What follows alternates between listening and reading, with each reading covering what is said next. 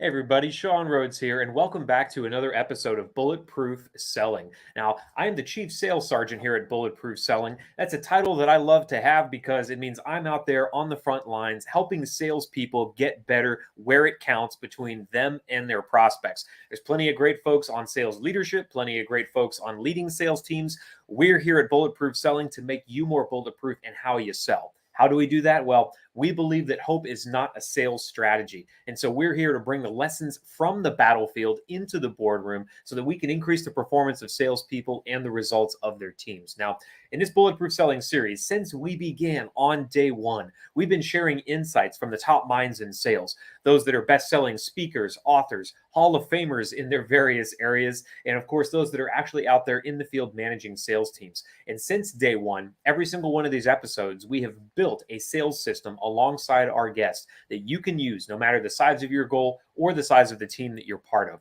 Now, one of the interesting things about tying the military into sales is that a lot of industries have actually used what the military teaches to help their people get better. Now, you think about just the idea of a company. Where do you think the word company came from? The military, right? We have other names for it, battalions, platoons, but yeah, company came from the military. We talk about squads. That's a military term. And so there are so many different things that the military birthed, if you will, that have now gone on to be used not only in sales, but across corporate culture around the world. And one of those things that I was very surprised to find was in the software field. Now, if you know anything about the software field, maybe you sell into that field, maybe you're in software yourself. Well, they use a couple of different processes to help them manage their projects. They use Scrum, they use Agile, they use Lean Six Sigma. Each one of those actually was born out of the military. If it wasn't born directly out of the military, then the military definitely had a hand in helping it be used. And funny enough, because I've been around high-performing troops my whole life, it all comes back around because even when I was embedded with Air Force units, I found them using Agile and Scrum. They were certifying people that were already in the military in those processes because that's how strongly that they believed in it. And that's why when I run into somebody that's applying this mindset, this skill set to sales, I think to myself, I have to have them on. We have to learn how it's actually being driven into the field of sales so that you can continuously improve, so that you can map out who you're prospecting against and make sure that you're allocating the right time to the right people, all the things that we know we need to do to succeed in sales. That's why it's my pleasure to welcome to the show today, Mr. Simon Severino. Simon, welcome to Bulletproof Selling. Hello, everybody. I'm excited to be here. Now, Simon, what part of the world are you located out of? Because I can tell you're not down here in Tampa, Florida. So where are you? I'm in Vienna, Austria. Oh, wonderful, wonderful. All right. And so I've got to then find out from you because I read your bio, but this is the first time you and I have had a conversation. So tell me about your journey through this methodology of Agile. Did you start in software and bounce into sales? Did you start in sales and realize there's got to be a better way to do it than throwing stuff at the wall and hoping it sticks? Walk us into how you became an expert in this particular field of sales. 21 years ago, I did fell in love with the go-to-market problem, which is the problem. How do we enter a market? The timing problem, with which angle, with which strategy, and with which tactics. It's a big problem. It was emotionally compelling to me because everybody was like, oh, yeah, we have to solve this. We stay 5 days here before we don't have the solution. We don't get out of this room. And I was honored to be the person structuring the decision-making process. I was the strategy advisor. So I was in the room on the flip chart, creating those plans. How do we attack? And I was with the board of BMW, of Boehringer Ingelheim, of Google, and we were thinking how to attack a specific campaign.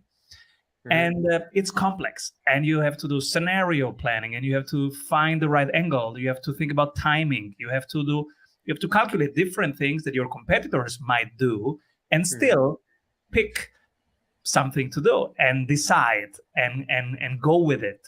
So it was intellectually stimulating. It was emotionally stimulating. I had their attention. And I said, this is my thing. I'm going to do this every day now. Can I do this every day for the next 50 years? Yeah. Yeah. I can. And so that's what I did every day. Now, I was just a strategy advisor. So I had traditional tools in my pocket, like scenario planning and the timing and how to analyze competitors and how to analyze probabilities, things that every CEO has. And then I saw that it wasn't very quick. It wasn't very dynamic. So you would plan something, but how quickly can you change plan when stuff changes? How And it can always you, does. It always changes. it always does. It Yeah. always does. But my clients would take like 3 months because, oh, the next time we come together, it's in 3 weeks in that city. And that's when we start talking about it. And I say, oh, these are not the right tools for what they need to get done. Where can I find more agile tools? And so I found in software the right tools. They had these agile tools, and they had these things like a backlog and very small packages that you can reorganize quickly. And they were in weekly sprints or bi-weekly sprints. And I was like, this is what the board needs. And since I am the coach of the board members, I said, all right, it's my job. They don't have the time. They have to do their work. But I have the time. So I went down and studied what's working for the product teams, for the tech teams, for the agile teams, and starting from everywhere, also from sports, from the military, from everywhere where high performance happens all the time. And they use all these tools. And I just brought them together into a collection that is now the Strategy Sprints method on how to run a company with these methods. Because there was nothing. How do you run a company that is resilient, that is agile? There was nothing around. And so I created it for myself. And now 1,600 sprints later, it's helping many people regain time, organize better, and be quicker when they need to be quick. And nowadays, who doesn't, right? It's the rate of response is what makes the difference. Who will be around next year? And where have you found this particularly work well inside of sales? Because I know in the companies that you 1,600 sprints, many of those had to do with sales, with the people that are on the front line selling the product, either inside reps, outside reps, account executives. Where have you seen the idea of Agile really help those folks in their work? So sales is dependent from marketing, is dependent from operations. I do not accept a sales team meeting, a weekly sales team meeting without operations and without marketing. That's a given in the Strategy Sprints method. So every Friday, my teams, they have to come together and look at together at the sprint dashboard. The sprint dashboard has one sales number of this week, which is mainly a dollar number. It's easy to pick a number in sales. It's just what you sold this week. Then a marketing number. That's a bit more complex, and you have to discuss with the marketing team. And then you find this something relevant to conversions, to the salespeople having literally a discovery call on their calendar. And so that's where stuff gets messy, and then you have to negotiate with the marketing team. And so I have them negotiate together, and this changes how marketing supports sales. Then I have them also define one operations number. How will you see that your clients are not just inspired, but they are soaring, that you are changing their life? Oh, no, I don't do that. I'm operations. When you say operations, that also includes, I guess, the delivery team, right? The people that are responsible for helping clients find success once it's sold. Okay, gotcha. The core delivery, whatever you promise in sales, operations has to deliver.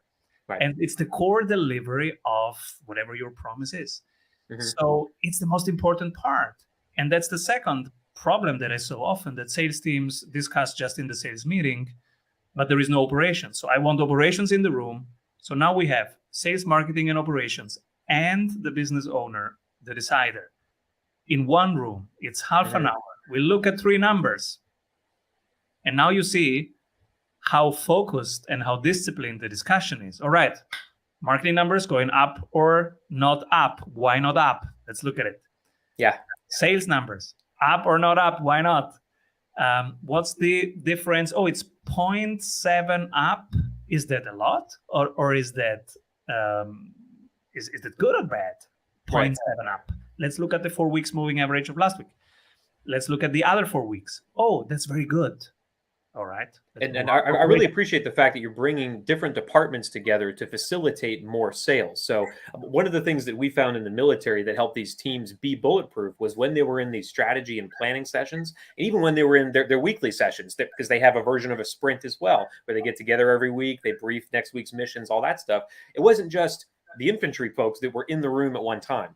It was the infantry, the artillery, the air support, communications, intelligence, you name it. The people had to be in the room because, like you said, salesperson might have a great idea. Hey, why don't we begin to do this?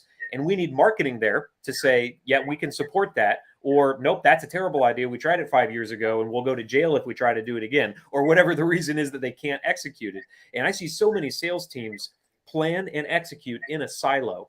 And I know with sprints, with Agile, nothing happens in a silo because it's all interconnected and those folks understand that.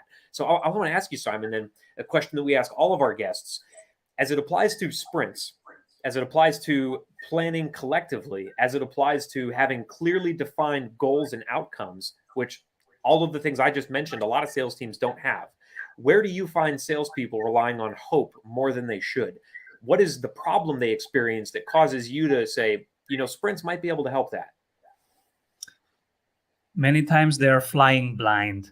And when you fly blind, you have to rely on feelings, on hope, on narratives, instead of relying on your reality. What is your reality? So we have 3 habits: daily habit, weekly habit, monthly habits. That's the core of the strategy, of the 90-day strategy sprint. Okay. The daily habit is how you allocate your time today and what will you delegate tomorrow. What did I do today? What will I delegate? Which one of those will I delegate tomorrow? So constantly getting stuff off of your plate. Constantly, because that's leadership. Okay. And we want everybody to be a leader in a team. First, of course, the founder, the CEO, they have to be the role model, and they have to constantly move up to the higher level to the higher growth levels. So they need to start joint venture partnerships, affiliate partnerships, look for what's next, prepare the future, create the vision, hire, fire, all these things that are the highest leverage points. And so in order to do that, you have to get rid of your current tasks week by week. So you do that, you you are the trailblazer.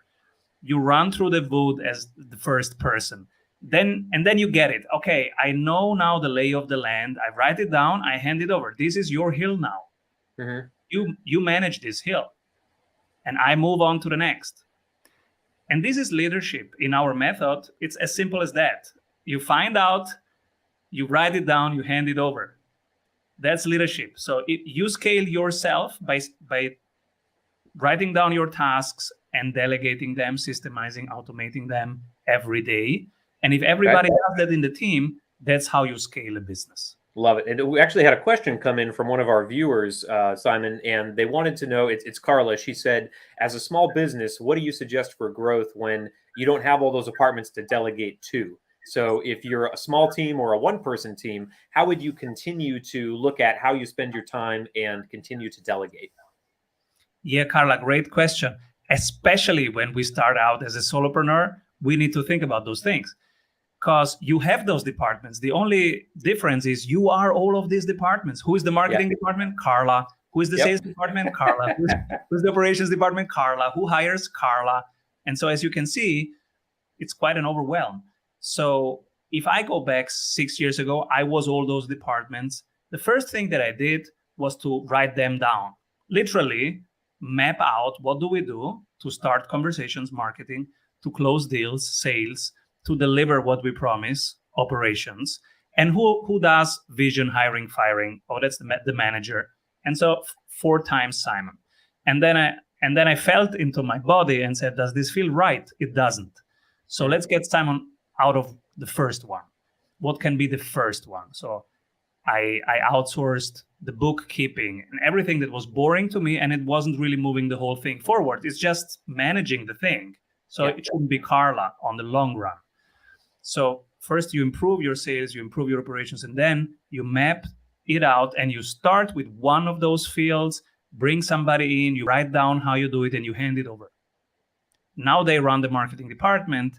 And here is really important that you don't accept back delegation. So if they are slow or low quality, you ask them, okay, what's your plan? What's your plan to improve this? You don't take it back onto your plate. Otherwise, they will never learn. So you let them have the ownership of their mistakes and of their progress, You coach them, you ask them, what's the plan? What's your plan to improve it? And that's how they will grow over time.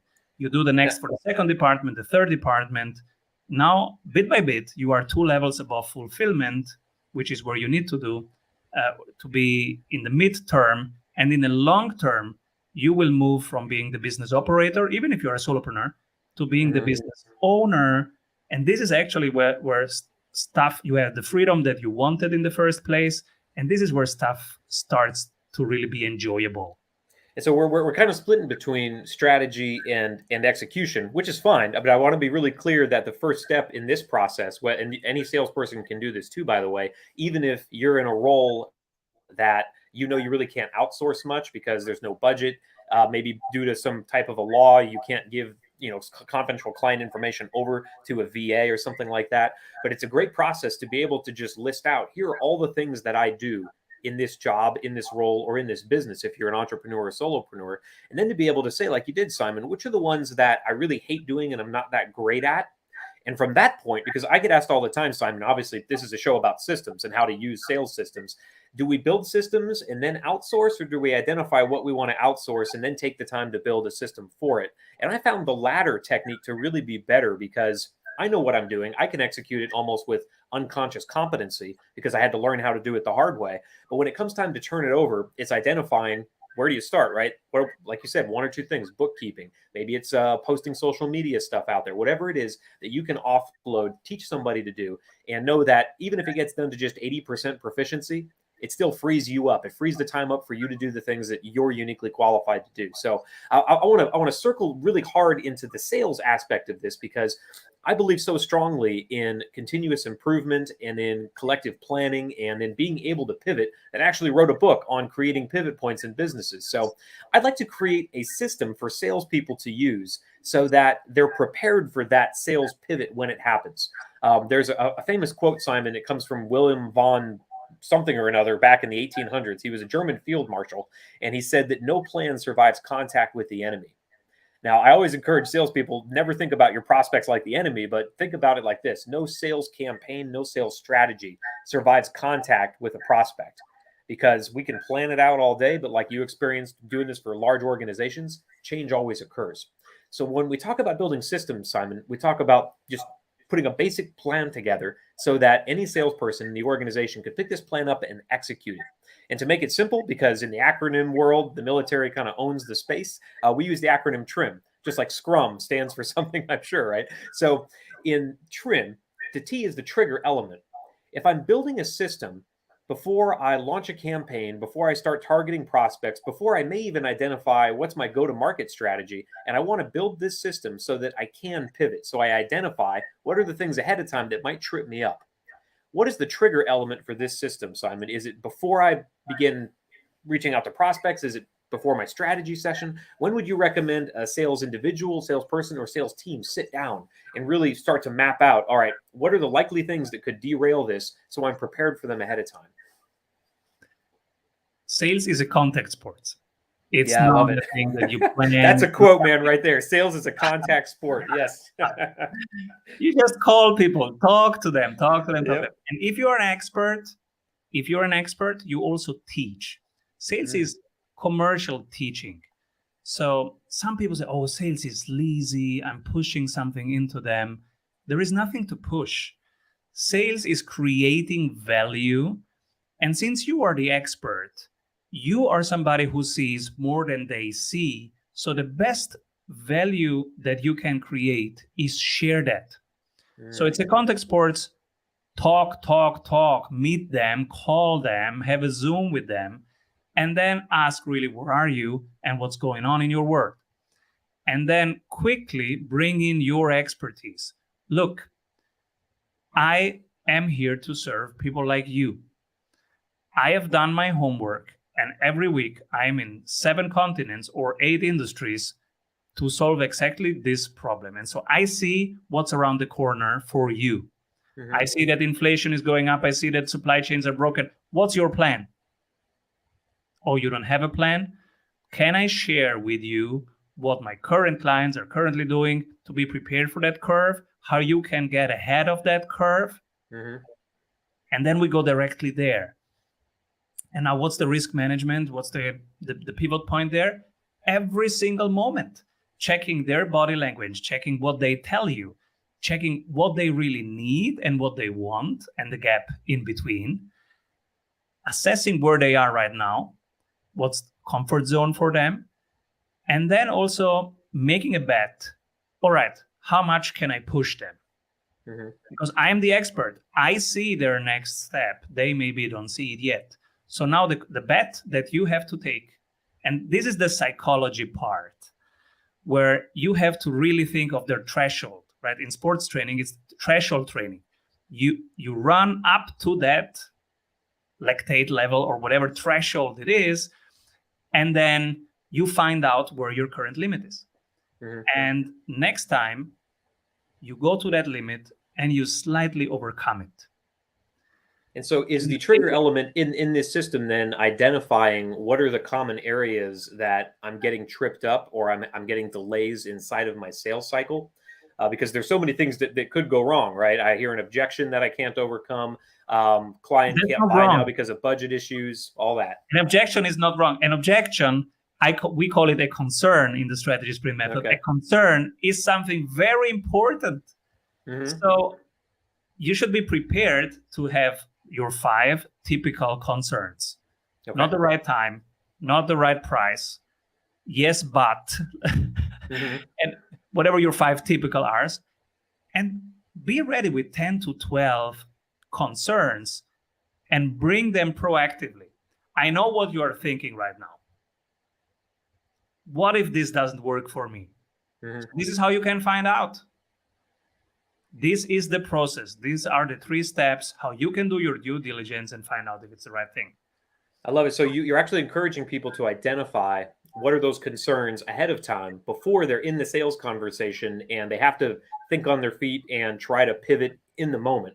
And this is something that we found kept a lot of people alive on the battlefield was during training to go through, here are the common concerns that you'll run into on the battlefield, and we need to learn how to overcome them now, or how to deal with them or mitigate them or eliminate them in training, so that when you're on the battlefield and the stakes are high or the sale is on the line, you're not having to try to invent that on the fly. So I love this trigger element of identifying them ahead of time.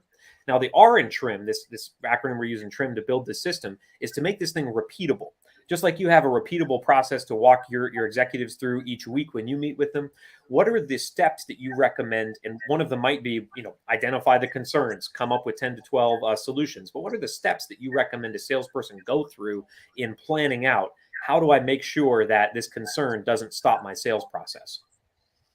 The repeatable part is dividing setting and closing, because it's 2 different activities. And at some point, even if you start as a solopreneur, at some point you will have different teams doing that for you. So setting is starting a conversation, bringing them onto the calendar. Closing is you wake up in the morning, your calendar is filled, you close them. That's the difference. And it's 2 different activities, 2 different skill sets, 2 different kind of people. And that's why you want to start really writing down those activities. And they need repeatable assets and repeatable support structures. So the assets are the sales script, both for the setters and also the cadence of the follow-up. Is it 3 days, 6 days? What do they say when they land in their mobile box? That's the repeatable part. And also for the closer, we share our flow of how to close a deal. It's 9 steps. It's a specific order. And then every day for 15 minutes before they start, we do a sales role play with them. So if they start working at 8 in the morning, 7:45, we do a sales role play. First, because it makes the sales script more natural when you practice it. And second, because we want to repeatedly overcome those concerns. And so I will come with concerns from every angle. Can I play the client? Yeah, sure, Simon, let's go. And then I go, oh, I love this. Can I have this, but later? Oh, can I have this, but half of it? Can you just send me the checklist and I pay half? So I will play all kinds of strange angles, and we make it a natural conversation, and we raise also the energy for the day. So it's 7:45 when we start. You can imagine when you come in and play the client for 15 minutes, the energy of the team is at peak. They don't need a coffee anymore. it's 8 and they are hungry. They want to call people. They will just call people from wherever, from just lists on the internet. They will just call random people because they are now in that state, in that I love it. and emotions. So we've got this trigger element of identifying these concerns, the repeatable element of mapping out responses, practicing, getting it into muscle memory. Now, the I in trim, Simon, I think you're really going to enjoy because it's all about continuous improvement. The I is, how do we improve this system? So before COVID, a concern that maybe never heard inside of a lot of industries was, well, can we do this virtually? And now, of course, a lot of people, whether COVID is a problem for them or not, they want to stay virtual. So that may be a concern that has improved, like it's changed. We need to improve our sales script to identify that concern, whether we're willing to go virtual at a different price, whether we need to address that concern and explain to them why in-person is the only way this works well. So how do you recommend a salesperson take this system and look at the responses they're getting from prospects, the sales cycle they have, the feedback they're getting, and actually make it better? Let me pull up my CRM. One thing that we like to do is each close. So we want to improve daily and we want to review, we want to learn every Friday. So every Friday, you remember, marketing, sales, operations come together. Sales shares, we closed 3 deals. We had 7 conversations. That's the number of follow-ups that we did. Mm-hmm. And then one thing that we also share is, and the close losts, the one we didn't close, these are the reasons in percentage. Mm-hmm. So we say 20% said it's because of the price. They don't see the price value ratio. 15% said timing. 12% said it's not the right for me. And so we have a checklist of 9 things in our CRM. And I think this is such a simple thing to install. If you don't have a CRM, please do it. Yeah, I agree. Get one now. Yeah. And now it's $30. It's very well invested. Yeah. And pick one that works on the phone, that works wherever you are. And create a simple 5 steps pipeline, like from this person is interested, this person is engaged, this person hopped on the call, this person wanted an offer, and this person has picked a starting date and has paid. For example, 5 stages. Start simple, and now when you don't win the deal, enter this checklist. So they didn't buy because of the price. They didn't buy because of timing. They didn't buy because of resources, team resources. They didn't buy because they went to our competitor. They didn't buy because they bought something else from us.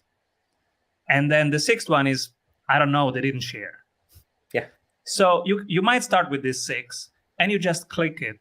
And so every 7 days you will learn. If you hear more about the price, you want to change the price. You want to have a small workshop. Hey, let's double check the price. Are we selling the right thing for the right people at the right price? Right. Or presenting it with enough value. Maybe we're leaving off the real savings that this could create inside of an organization, or the money that most of our clients make. We haven't talked about that at all. That might help justify the price. So there's a lot of different ways to address it. I love the improvement piece. Now, the final piece, I know that strategy and Scrum and Agile are huge on, which is the measurement. Because I need to know, Simon, if I'm taking the time to map this out ahead of time and to take time each week with my team to meet, or just on my own to do a self-review as a salesperson on my own pipeline, I'm taking the time to do that. It means I can't use that time anywhere else. So I have to measure this to make sure it's better than what I was doing before. What are the things that you recommend salespeople measure to make sure that this system is worth continuing? Yeah, it's fun. The whole trim process is in this weekly Friday meeting, right? There's the dashboard with the 3 numbers. Yep. And so what do we measure? The 1 main marketing number, the 1 main sales number, the 1 main operation number. We have a white list and the black list, and we can go there. Because after 1,600 sprints, there are some numbers that are just fancy numbers, just not helpful. And so we don't allow them to pick that number. And then there is a white list, numbers that are always good to measure. So depending which kind of business you are. But let's go through the marketing numbers. Good marketing numbers to measure is how many people were on your website today, how many people downloaded something, how many people subscribed, opted in on the website. How many people raise their hands by downloading something from your website? That's a good marketing number. Conversions. Because you want to measure engagement, not just awareness or interest, but engagement. This these people, they are taking our stuff. They want something. That's the marketing question.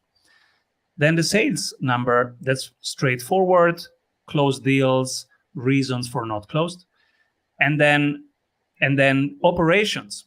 Now operations usually go, oh, I don't know, number of errors. That doesn't tell you anything. So what's a good operations number? It might be referrals per week. So how many of your current clients introduced you to 3 other clients because they said, oh, this is so good, you should call them. Mm-hmm. So you might write down number of referrals per week. This week we had 2 referrals. This week we had 8 referrals.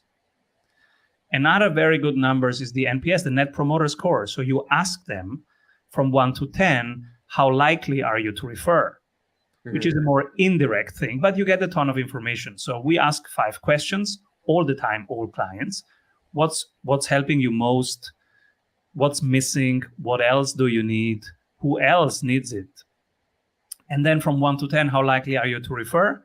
And if they say 10, we call them and say, all right. Yeah. Where are my referrals? I love it. All right. So we've taken this process then and used something that is in strategy, it's in sprints, and moved it into the field of sales so that you can get better each week, so that you can improve how you're actually closing and tracking. I love the idea of tracking the reason that we lost a deal. So many salespeople just say, all right, I'm not even going to consider that because I don't want to get negative, another deal lost, but they never take the time to take the numbers, figure out, well, it's always on price.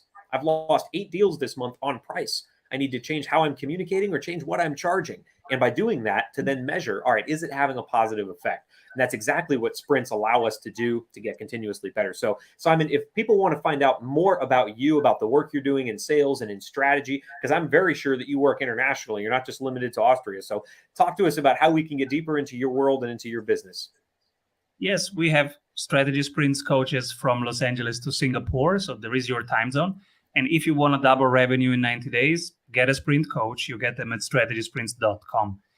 If you just want to get the blueprints, the checklists, and implement them on your own, you can start with less than $20. You go to Amazon, you check Strategy Sprints, the book by Simon Severino. And many of those tools and blueprints and our habits and how we organize, they are in the book. You can download them. You can use them. There are cases from solopreneurs, from small teams, from bigger teams that go through their journey. What was their problem and how did they use which tool and how did they break through that problem? And so that's a very practical book. And then I'm also on YouTube.